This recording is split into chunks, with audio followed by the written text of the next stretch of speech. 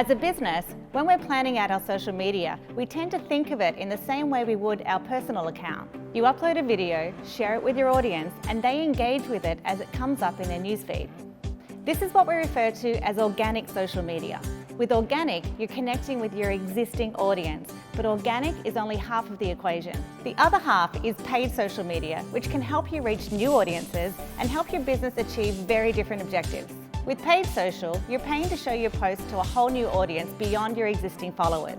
In this video, I'll walk you through the difference between organic and paid and help you decide when it's appropriate to use each one. Start by asking yourself, do I want to reach existing customers or new customers?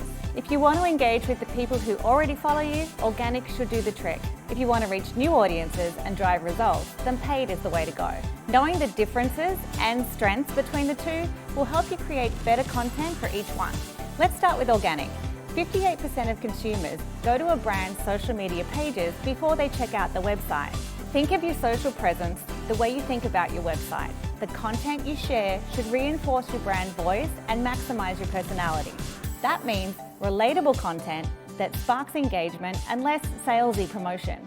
On Animoto's Facebook page, for instance, whether it's a guide to a new feature, a video tip, a seasonal color palette, or whatever else, we always try to leave our followers with an actionable takeaway from each post. Paid social guarantees that your video will get seen. Paid social allows you to take a more proactive approach to marketing your business on social and helps you generate sales, drive traffic to your website, and more.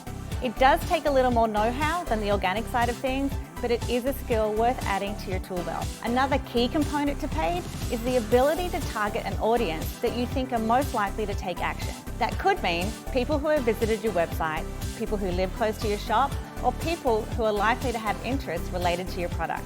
There's a whole bunch of beginner-friendly options to choose from, so even if it's the first time you're running a paid ad, you can learn as you go. We know that it can be scary taking the plunge into paid social, but it gets a lot less scary when you start seeing results. If you're ready to dive in, check out our tutorial for a step-by-step guide to promoting a video using Facebook's Ad Manager. As you can see, organic and paid social are both important parts of your social strategy. Prospective customers will continue to visit your social accounts to size up your business, and a well-maintained presence will help your customers to understand your brand better. But businesses need new customers to thrive, and that's exactly what paid social will help you do. We cover all this and more in our blog post, so keep scrolling to learn more and subscribe to our channel for more guides like this one. Thanks for tuning in. If you have any questions about paid or organic social, let us know in the comments. Talk to you soon.